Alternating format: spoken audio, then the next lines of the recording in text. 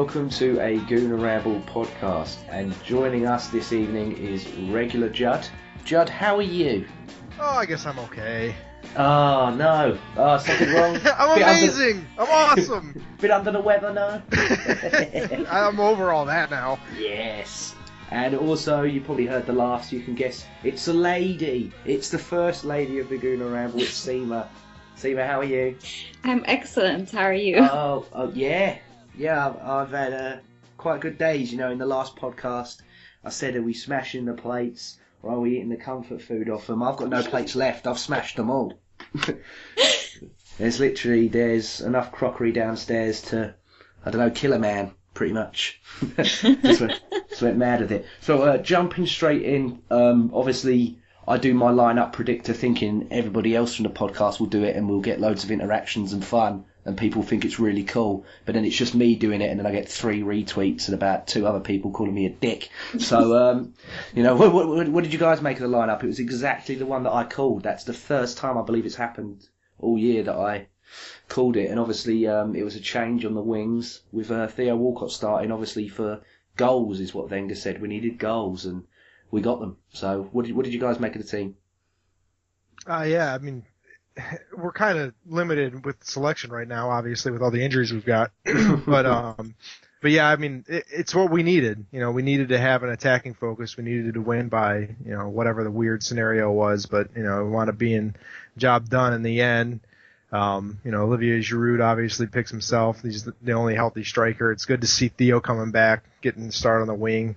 I guess the one dilemma would be, Campbell on the left or the right and Theo on the opposite side. Which way are you going to go? Ozil's an automatic selection. Ramsey coming back's great. The defense picks itself. But yeah, I mean, it's what I expected. There was no real big surprises for me. What do you make of this? Sorry? What do you make of it all? Yeah, sorry, my connection's really bad. I was one of your 3 retweets, so I obviously. Oh, thanks. Oh, thank you so much. Yeah, and as I was saying on the actual, I tweeted something a few days ago saying I think for Campbell it is a blessing in disguise because I think he has been doing such a great job, and I think he needed this consistency of, playing a few games, and he did a great job today. So I was very happy with the lineup. Won't go into the details yet because I think that will be one of your next questions. Yeah, I was going to say we'll probably get onto Joel Campbell a bit later on, but obviously the beginning of the game was a bit edgy, wasn't it? Judd, Olympiacos was sort of doing what I thought we were supposed to be doing in the first 15-20 minutes. Yeah, I thought much the same. Initially after that first 10-15 minute spell, I was like, oh man, it's going to be one of those days, maybe get a draw out of this, whatever it's going to be. It's not going to be enough to advance. But once we weathered that storm, until it got to 2-0, Olympiacos didn't really create much at all. No, it had to resort to diving as well. And yeah. How about that dive? That was god-awful. And they were talking that player up before the game, like he's meant to be one of the best, stars in Greek football, and so all these diving clubs stars are watching it. Yeah, and it's like, well, no one's going to want to buy him after that. Like he could have had a shot on goal. I know Petr Yeah, that wasn't even really a great dive either. Petr the ultimate force, so you could try and shoot against him, but I can't recall who it was that was going in for the challenge. I think it might have been, was it Theo? Yes, yeah. Yeah, and then he totally pulled out of the challenge and was like stepping away as he went to the ground. I mean, it was a blatant, obvious yellow card for the ref. And, I'm watching the game because I was on a stream and it was a crappy quality one because for whatever reason, like there's one sports channel that I don't get on my satellite, Fox Sports 2, and of course that's the one that has the Arsenal match today. But on the stream, it's such low quality, it was kind of hard to see from the game camera. From the, the farther Did you get view. the English stream? Was it from BT yeah, over yeah. here? Oh, don't tell. I'll tell you what. I'll go off on a tangent here, right? I post it on Twitter. I pay £5 a month as well as a bill for my internet, which I won't get into. For BT, it's excruciating. It's extortionate. And I'm like, you give me that camera. I don't know if it's how the stadium's laid out or whatever, because the one that zoomed in, I'm like, just keep it at that then. That one that was a bit, I might keep it at that. It looked like, do you remember old Football Manager when they looked like dots? I couldn't tell who was who. I was like, well, we're the ones in the black kit, but I'm like, I don't know who this is. I'm like, £5 a fucking month. I got Robbie Savage commentating. I'm like, £5 a bloody month. The cheek of this, unbelievable. But no, so yeah, like you said, weathering the storm and getting back to the game. Obviously, on the 29th minute, Ozil. I've said it before. I'll say it again. This man can piss through a Cheerio and not get it wet. He honestly slides that ball to Aaron Ramsey, who I don't know if he was watching before the game, but he had Steven Gerrard say on his day he is the best attacking midfielder in the Premier League, which I was shocked by, and I think every Liverpool fan was crying, thinking that Coutinho was the best, but yeah. Obviously Gerrard doesn't like you anymore, Liverpool fans. Sorry, or he's seen the light, and seen the light is Aaron Ramsey. Well, he's got to keep his credibility if he's going to be talking football. Exactly, that's very true, very true. But credibility and people from Liverpool don't go together, and I will, I'll take the slagging for that. I don't care because I don't like it down there, and I won't be going back. So people from Liverpool come at me. But yeah. Anyway, what a goal! What a header! Oh. And just all three of them. All three of that interlinking play was unreal. Yeah. Yeah. I mean, you were saying right now, Ozil, I was literally swearing at him, telling him to pass. I just kept saying, pass the ball. And I thought he'd pass it back. And then I don't know how he had that vision to pass it to the completely opposite side of where I was actually expecting it to go. And we actually scored a goal. So I was really, really shocked by that. Like every single game I watch Mesut Ozil, I'm so surprised by how good he is. And there was a period where everyone was saying he's so overrated, and obviously, like, we all see how good he is right now. I mean, the first half of the game was first half of the game, I thought we were not going to be able to do anything throughout the whole game, because I think the possession was about 70-30, and this was like the first 29 minutes. And they had the ball every single time, and they were pressing, and they had 10 men behind the ball. So I really thought this was going to be such a terrible game until that goal. And I think that's what changed everything. That Mesut Ozil pass literally changed the game. Judd, I'll let you reminisce a bit about the goal if you like. This is your moment. Well, the goalkeeper really should have done more, shouldn't he? Yeah. But at the end of the day, when it's sublime as that, I'll with Ospina's howlers in the game at home, it gets them back, doesn't it? The build up to that shot deserved a goal in and of itself. So I'm not going to take anything away from it. And I know there was debates as to whether or not it was an own goal or not, but it doesn't matter. The passing and the build up to that was just sublime, and there was the deserved finish.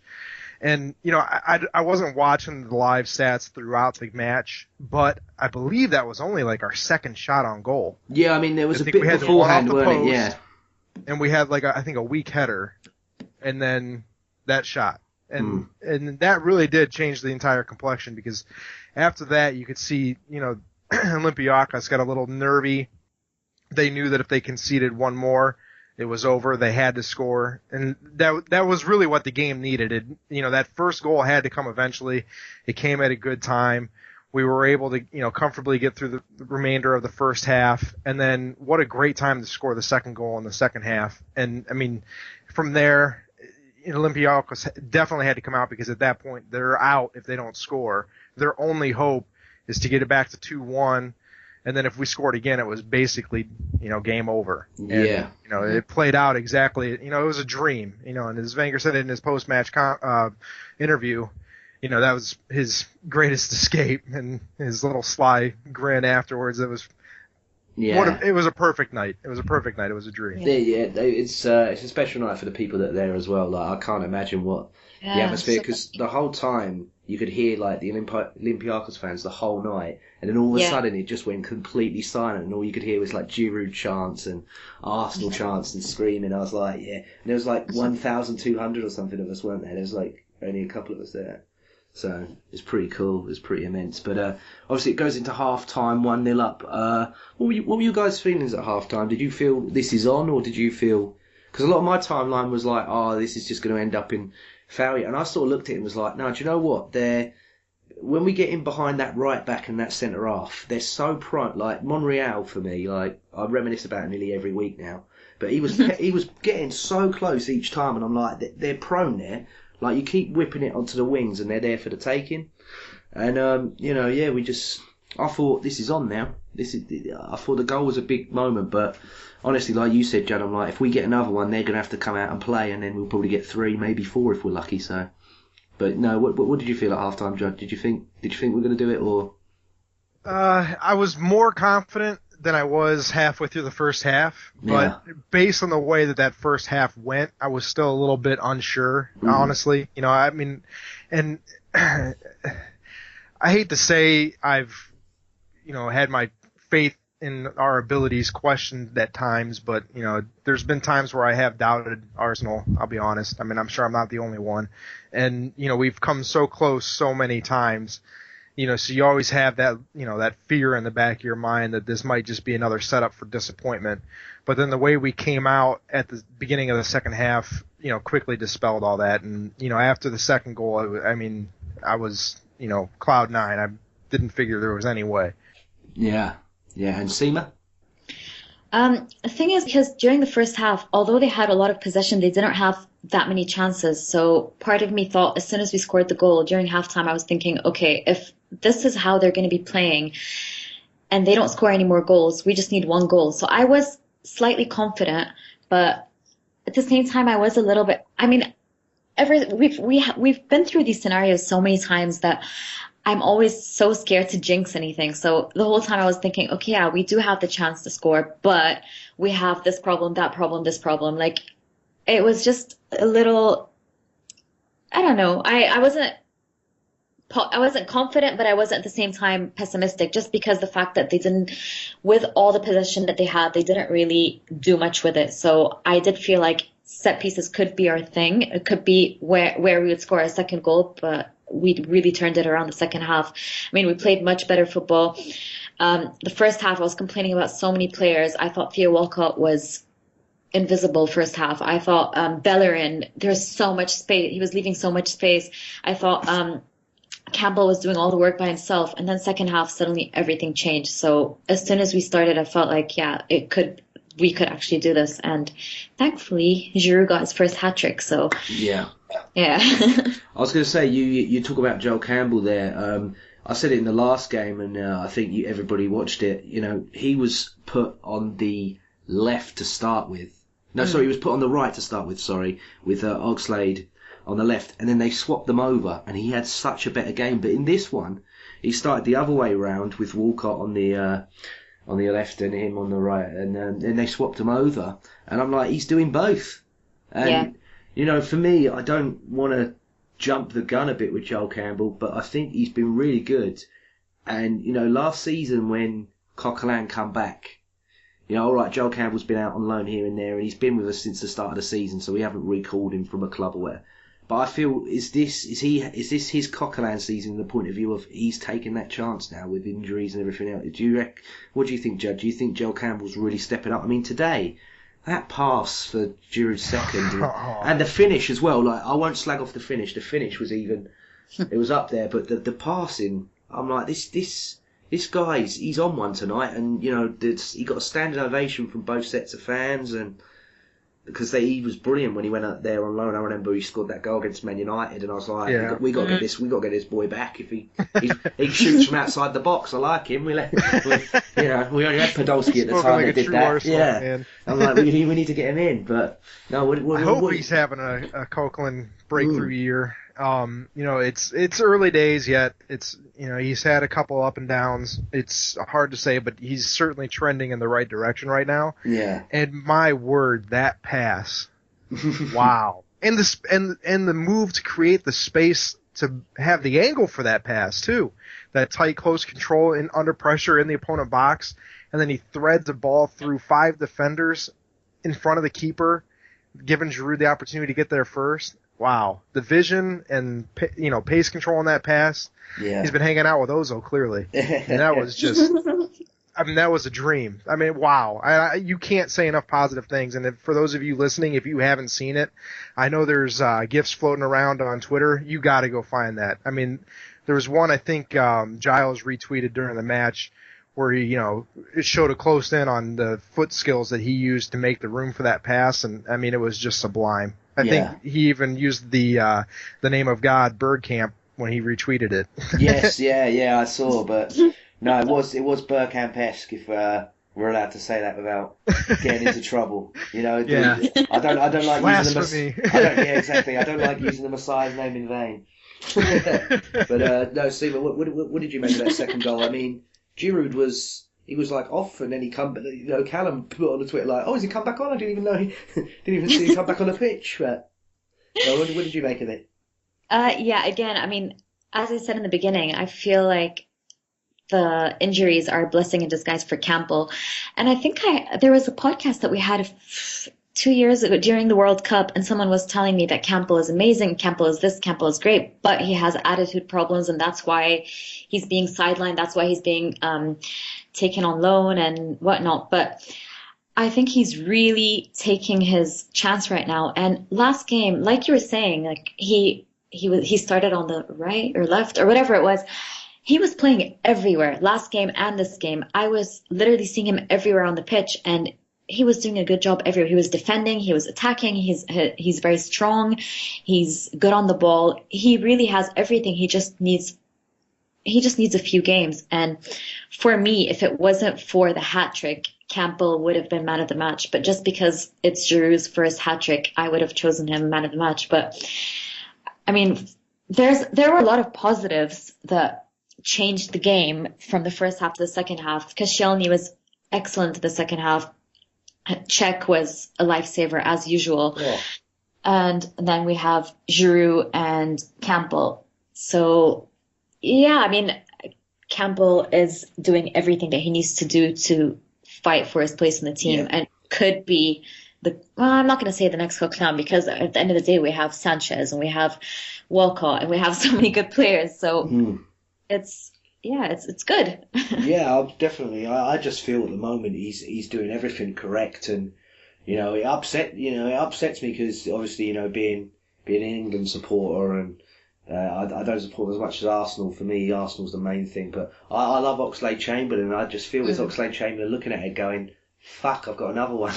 One who's in my way now. Like, it just feels that every time you feel, all right, Oxlade-Chamberlain, this is your chance, it just seems to like wilter away because of Campbell. I mean, we obviously we've got listeners' questions coming up. There's a lot of them mentioning all of that, but we'll go into the like just before the third goal, and they had a few chances, didn't they, Judd? I mean, you're our goalkeeping expert. I mean, again, this is like reminiscent day, like just how good.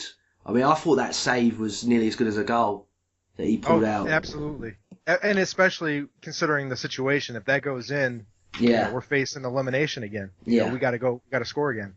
I mean, and how demoralizing is that for an opponent when your keeper pulls out a save like that, when their back's already against the wall, they think they've hit, the perfect shot, and then the keeper just pulls out a blinder. Oh man, that's got to be heartbreaking for Olympiacos. But, and I hate to toot my own horn, but I've been saying it for ages. Since we lost Lehman and Almunia came in.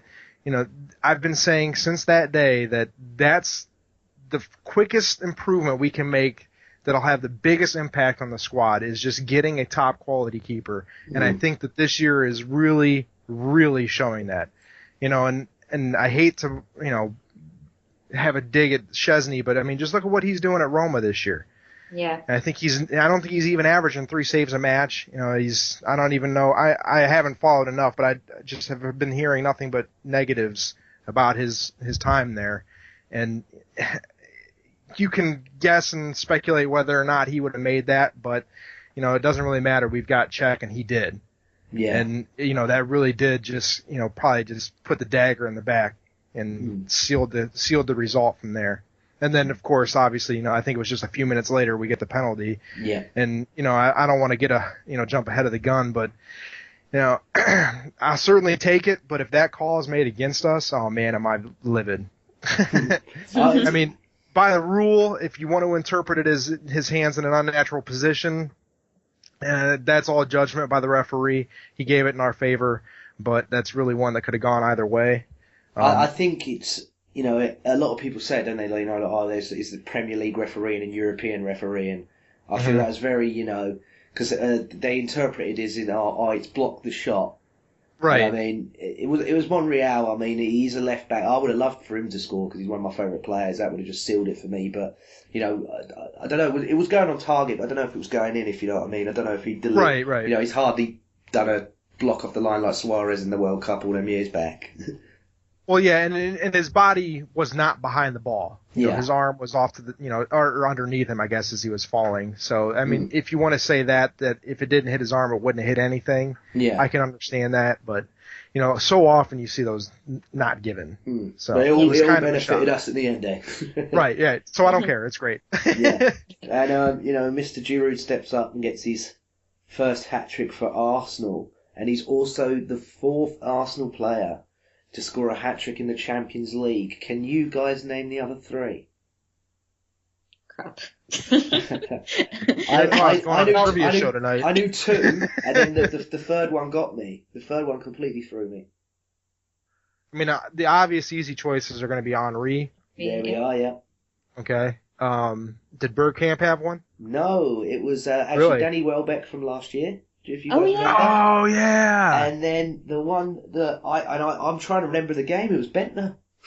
Oh, wow. No. I couldn't remember the game. I was reading it. Lord Bentner himself, huh? I was like, what game was this where Bentner scored a hat-trick in the I can't believe I forgot the Welbeck one, though. Was I working that night or something? I don't know. I'm like, Bentner hat-trick. It must have been one when we already had second spot locked up and it didn't mean anything. Well, I'm like, who was it he played that he scored a hat-trick against? Like, who let him score a hat-trick? Like, what team was this? It must have been proper early rounds, like, something or whatever. It was probably a qualifier. It could have been. He wasn't playing yesterday, was he, Bentner? No, he wasn't. No. I think maybe Wolfsburg have woke up and smelled the coffee as well. Yeah. Well, has he scored yet for them this year? Yeah, he has. Has he? Okay. I know for a while I don't know because he actually put a post on Instagram. They become that rare. Didn't he? Because don't the German season or whatever start before the Premier League and all the others start? And I swear he put something on his Twitter where he was like goals in the season. Yeah. It was like Bentner 3, Messi none, this one none. I just found it so funny. He's like, I'm already like 2 or 3 goals up above you guys, but yeah, it was good. It was good. Well, we put the old tweets out for questions, and we've literally been bombarded. So before I go into these, is there any other statements you guys want to make about the games or whatever? I feel that we'll cover some of the other stuff in the questions, but yeah, probably. Yeah, but well, is there for me, else I'm glad that we've gotten to the point. I mean, obviously we're going to be stretched thin with the squad that we've got right now with all the injuries we're facing, and I'm glad that we're going to be stretched thin because we're still playing in the Champions League, not the Europa League. I just want to get that out there. Yes. Yeah, I feel the. Me too. I feel relieved. The Thursday, Sunday stuff. It's not for us. Yeah. It's not for us. I wouldn't have enjoyed it. That's for sure. But so going into the listeners' questions, and there is a lot of them, but we'll blaze through them. I reckon we're doing all right for time. We've got a question here from Amanda from the Gooner Girls podcast. It's at Gooner Girl 1969. She put, "Can we win the Champions League?" Now, who wants to take that on first? I'll go. Go for it, Sina. Fire away. I know I'm always very optimistic, but we beat Bayern Munich 3-0. 3-0, right? I'm really bad. I have a really bad memory. Yeah, 3-0. And, okay, I know it wasn't a full team, but for us to beat Bayern Munich 3-0 and be able to qualify with so much pressure, I think we can win the Champions League. But we can. It's not we will. It was 2-0. I'm going to get... Oh, I had to check. Oh, crap. Okay, well, 2-0. But either way, for us to be able to do that and win today under so much pressure, which usually we would fall and end up winning 1-0 and not be able to qualify. Anyway, with that said, I feel like we can, but we can is not really what we will do. So I really, really hope we would do. And Judd, yourself? Well, I'll just say, in a cup competition, anything can happen. There we go. It's about the best You've took team my on the night. answer. Yeah. It's the best team on the night, not the best team. Yeah. And do I think we will? I mean, obviously, it's hard to say that I think we will. A lot of it's going to depend on the draw and who we're playing in or the round of 16, who's available, who's not. There's a lot of unknowns just yet, but anything can happen. And I think we've got as good a chance this year as we have in any of the recent seasons. No, that's what I meant by we can, but yeah. Yeah. He said it in the if history, people say history repeats itself. Liverpool, when they won it, they needed to beat Olympiacos by 3 goals in their group to go through, and they done that, and then they won the competition. So you just never know. You never know. It's like you said. Realistically, if we get Barcelona next round, I don't know what could happen, but I say bring them on. I reckon Flamini versus Messi, he'll have him. Refresh my memory. When you're going into the round of 16, you can't play teams in your group or your You can't play country, teams correct? from your own country and from your own group. So that leaves us, all the other Zenit, group, all the other Barca, group winners, yeah. Real Atletico, Madrid. and Wolfsburg. Oh, and Real. Yeah. Yeah. Yeah. Well, I mean, it's the 50-50 there. I mean, obviously all of them are quality opponents, but, Barcelona, Real are going to be extremely difficult. If you had to pick, I'd probably go with, Wolfsburg or Zenit. But that's a long travel all the way out to Russia. Yeah, so. I like to dodge the Russian teams. I hate that. Yeah. I feel like we're missing a few teams, aren't we? But I can Chelsea get the and list City up. both top theirs, right? City comes Chelsea second. did. City didn't, did they? City comes second. I believe they did. I can get the No, list City up. came first. City came first. Yeah, they beat Juventus. I just pulled it up. They're on 12. Juventus was on 11. So yeah, City won their group. Yeah. So that does limit our options, but and two our of them are horrible potential ones. opponents are all the Spanish teams and Wolfsburg and Zenit. Yep. Okay. Yeah, I've just literally got that up now. Yeah, sorry, my bad. Yeah. Oh yeah, that's right. Well, it could be an interesting one. And we got a question here from Callum, who's at Callum JP92. He seems familiar. He put, "What does tonight's display mean for Joel Campbell? Did he prove tonight he has a long-term future at Arsenal?" I'll go ahead and get started. I kind of already made my view on that. It's one night, guys. So, but like I said before, he's definitely trending in the right direction, and I think that he has shown tonight that he certainly has the ability and the vision and the quality to make himself very valuable to this squad. But like Sima was saying, there's a lot of other options out there as well, and he's taken advantage of the opportunity that's been presented to him because of injury. And, right now, if I were to make a selection with everybody healthy for the next match, I would probably choose him because he's certainly the on-form player right now. Yeah. And that's, if he can keep that going, then absolutely. But, we still got a lot of football to play. We'll see. But he's definitely going the right way. And yourself, Sima? Yeah, I agree. I mean, yeah, he is competing, which is great, which means we can actually use him as a second option.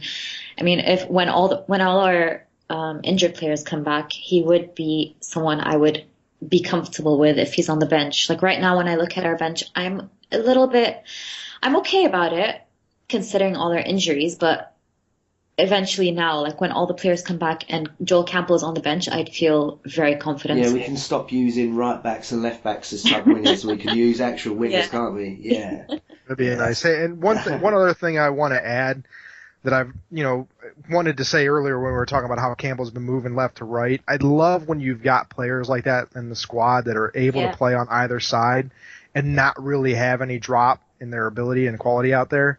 And that allows you so many options as a manager. And then you can also change things during the match without even making any substitutions. Yeah. You got a player bombing down the right like Walcott, and then you switch him with, a trickier player like Campbell, and then put Walcott on the other wing, and that other defender that with the speed of Walcott running at him. I love how you can change things like that, and I love how he gives us that extra option. And that's certainly a quality that I think will help him tremendously. Yeah, no, I completely agree. I feel like actually Wenger chooses players like that purposely. I mean, not purposely, but I feel like we have a lot of players that are like that. We have a lot of players that can play right, can play left, and I think that is something that Wenger looks at when he's actually signing players that can actually adapt and play more than one position and interchange throughout the game. Yes, yeah, exactly. I mean, I wouldn't hound him for his performance against Sunderland. I mean, I was there, I was watching it, and it was just literally when he was on that side against Van Aanholt, he just couldn't do it. Like, it just was not happening. And then they swapped him over, and he scored his goal. He blazed it against Sunderland. So, like you said, I think it's good. It does add that layer of depth. Even the players themselves, if the manager doesn't tell them, they can go, look, let's just swap for a sec. I'll go over here, you go over there, and see how it goes. They can sort of do it on the fly. A bit like, like Barcelona, they all just go wherever they want after a while, don't they? Because they can trust themselves to do it. They've got the ability. So it's nice to see that happening at Arsenal. But we got one question here from @EvaMCL3. She put, which song should I play when I proudly burst into the office tomorrow? Well, for me, if you're working with Man United fans, Spurs fans, I would just play the Champions League theme. I just think that would wind them up. What about you? What about yourselves? Is there any songs that you'd burst into? DJ Khalid, All I Do Is Win. yeah. Thank you. Yeah. I was thinking All I Do Is Win is probably the one that I was going to say. No, we know that's not true. No, I just think the theme for the Champions League it's a good theme. It's a good bit of music. And you can never go wrong with a little bit of Queen. No. It's a little bit premature for that. I mean, it's just the group stages. Yeah, we'll hold on for that one.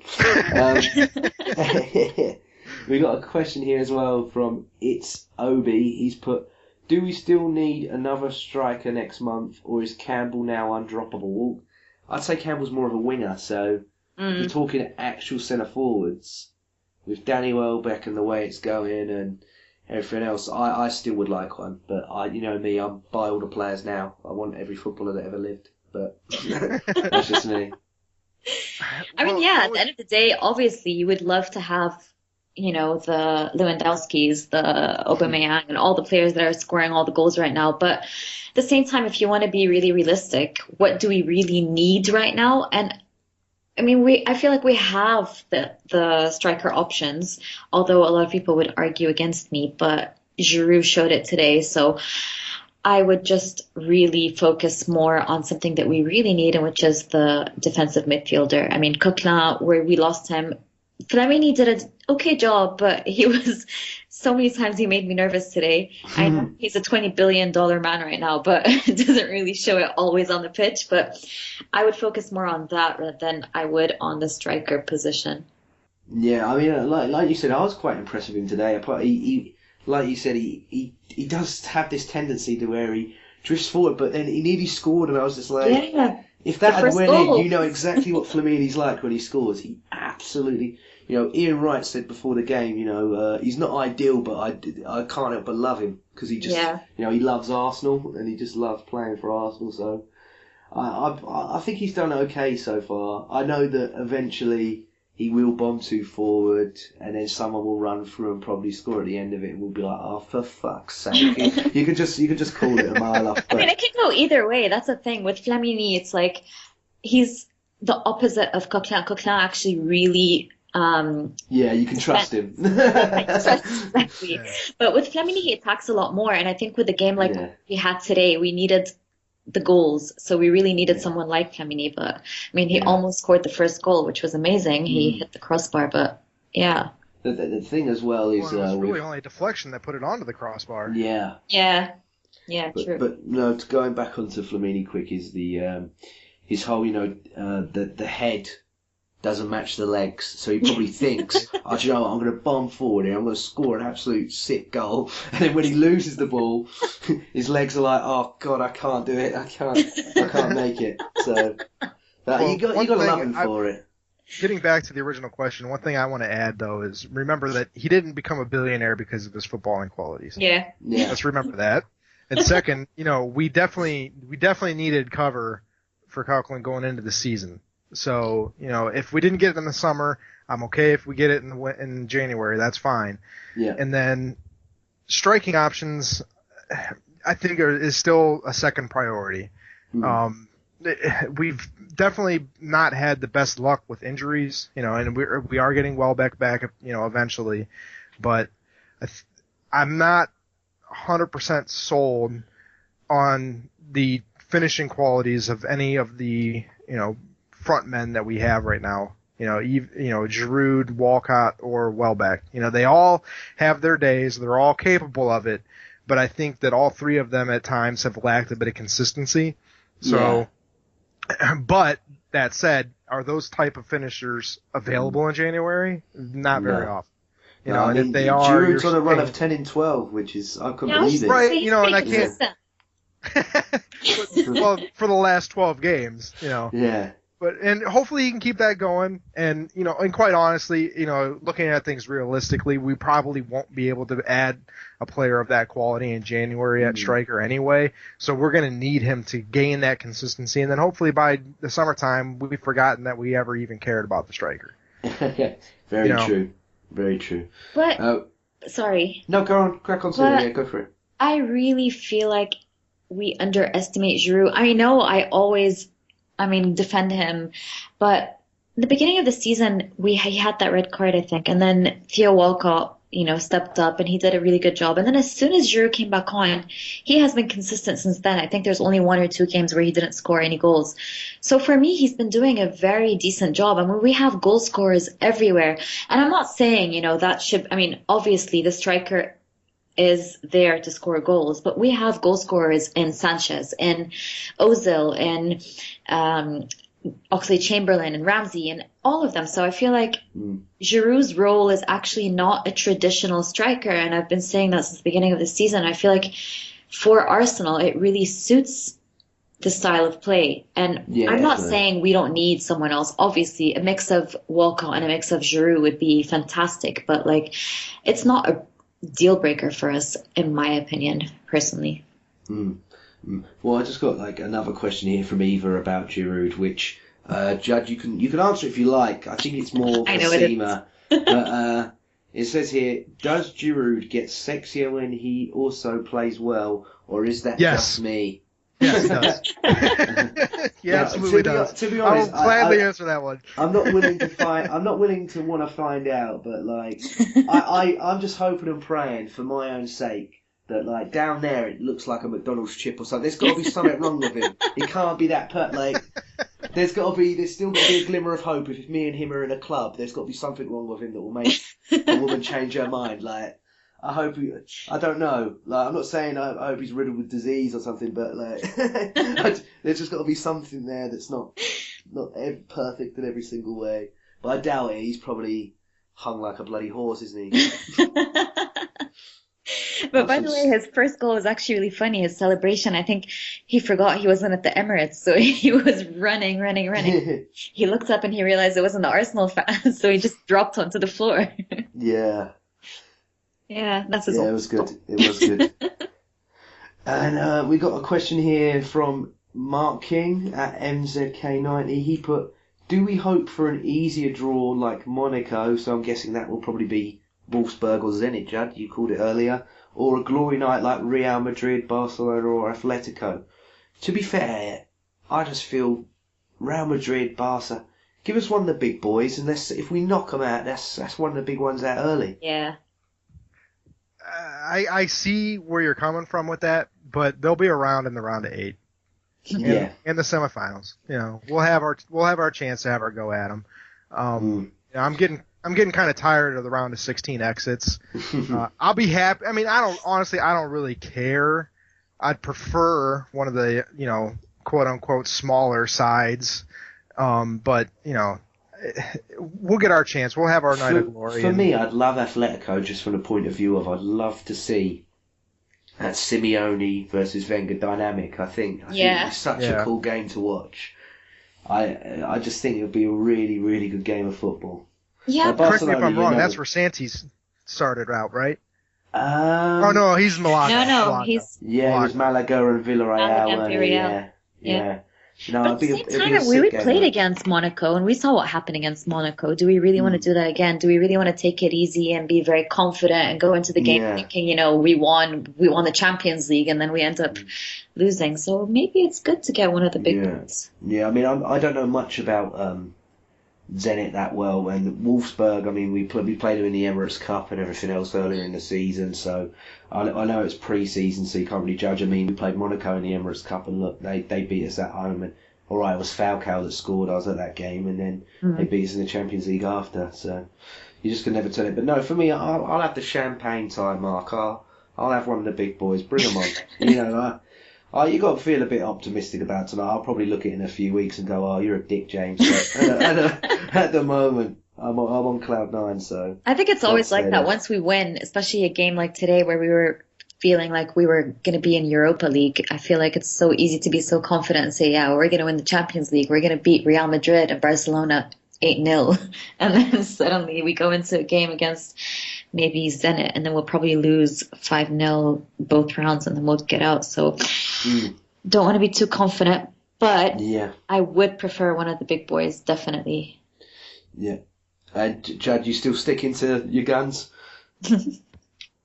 Well, I mean, yeah, I prefer one of the smaller ones. Like I said, we'll have our night. We'll have our night, and whatever we have, I'm sure whoever we draw, it's going to be filled with drama. I mean, I certainly see Sima's point where you don't want to have another, team that you take for granted and get, the upset and disappointment that comes along with that. But I just think with Zenit as well, aren't they an artificial pitch? And it'll probably be snowing. yeah, that's true. And that's, Yeah. when they fall over, they'll probably break their leg for 12 years. It's just injury city for us. I think artificial pitch snow.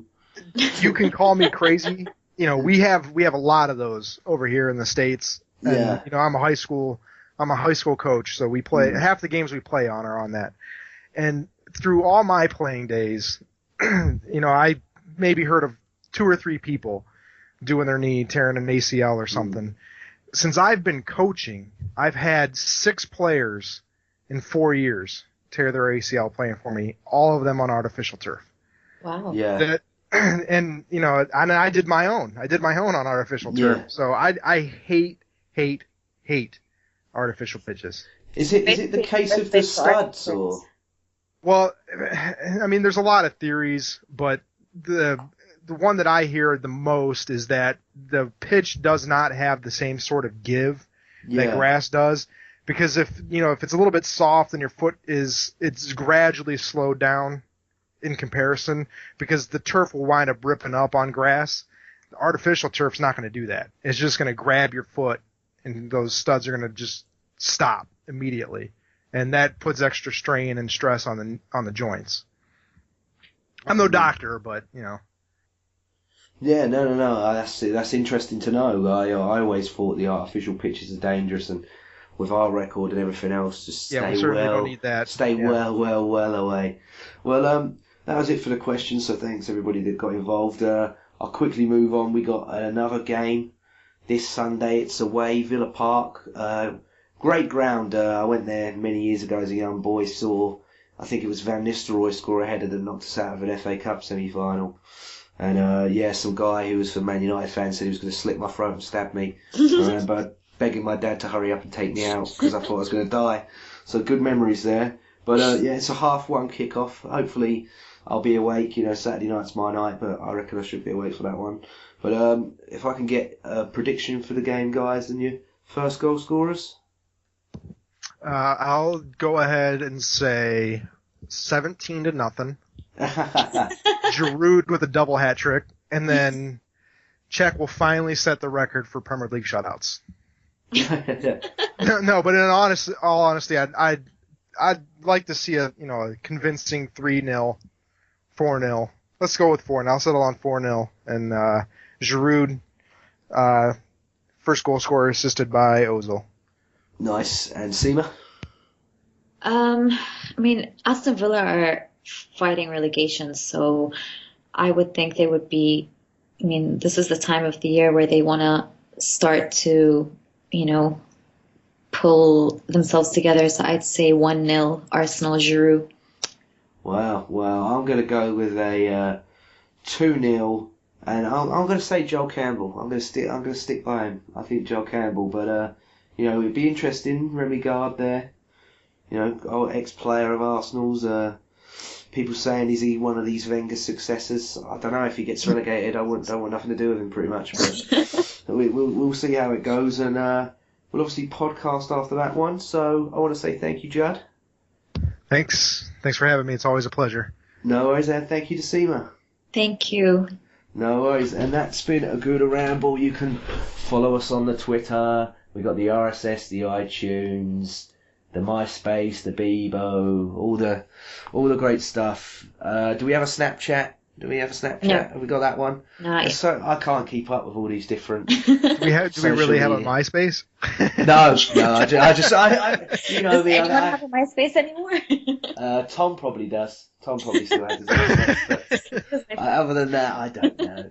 Anyway, that's been a Gooner Ramble. I'm off to see the lady from next door. Take care, everybody.